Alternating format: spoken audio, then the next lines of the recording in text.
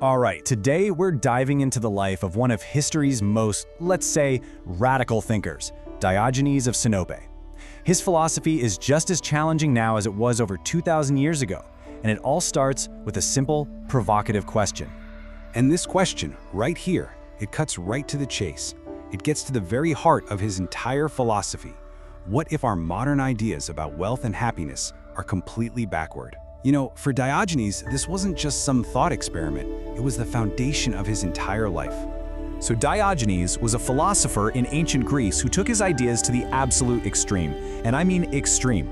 Forget about your ivy-covered lecture halls or fancy robes. His home? It was a giant ceramic jar, basically a barrel, smack dab in the middle of the Athenian marketplace.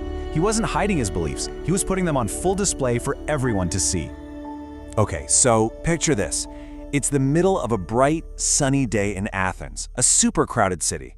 And all of a sudden, you see this kind of disheveled guy walking around holding a lit lantern, and he's peering right into people's faces. He was absolutely trying to create a scene. And you know, people are going to ask what he's doing, right? So when they did, he'd hit them with this legendary line. It was so witty, so provocative, and you just know it was designed to make every single person who heard it feel just a little bit uncomfortable. But here's the thing. This wasn't just some crazy stunt.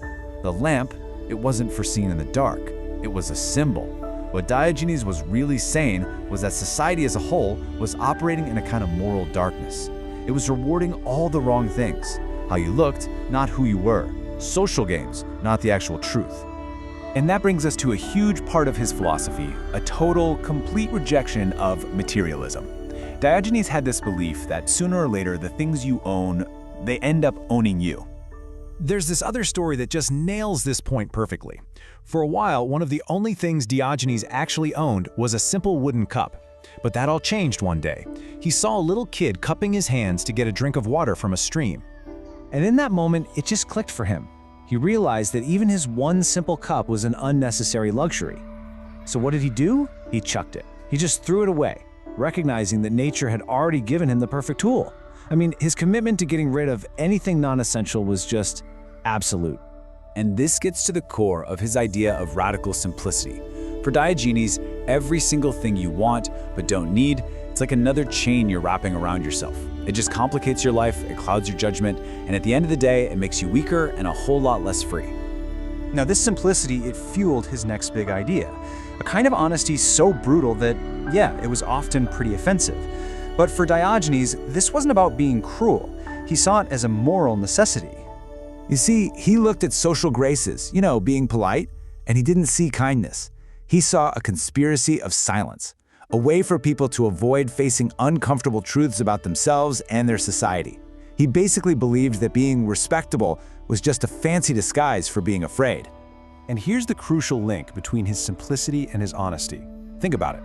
When you want nothing from other people, not their approval, not their money, not their praise, what reason do you have to lie? You're totally free to speak the truth because you've got absolutely nothing to lose. This whole idea of freedom was probably his most profound contribution. And, well, it was about to get put to the ultimate test. So, get this. Diogenes gets captured by pirates. They put him up for sale at a slave market. Now, for pretty much anyone else, this would be a moment of pure terror and humiliation, right? But Diogenes, he's completely unfazed. He carries himself with this unbelievable sense of authority. And then he does the unthinkable. He sees this really wealthy-looking guy in the crowd, points at him, and tells the auctioneer, "Sell me to that man. He looks like he needs a master." In one single sentence, he completely flips the power dynamic. It makes you wonder, who's really the slave here? This is what Diogenes was getting at. True slavery for him isn't about physical chains. It's all psychological. We're chained by our desperate need for praise, our crippling fear of what others think, and our endless chase for more comfort. His freedom, it was totally internal. It came from mastering his own desires, not from what was happening to him on the outside.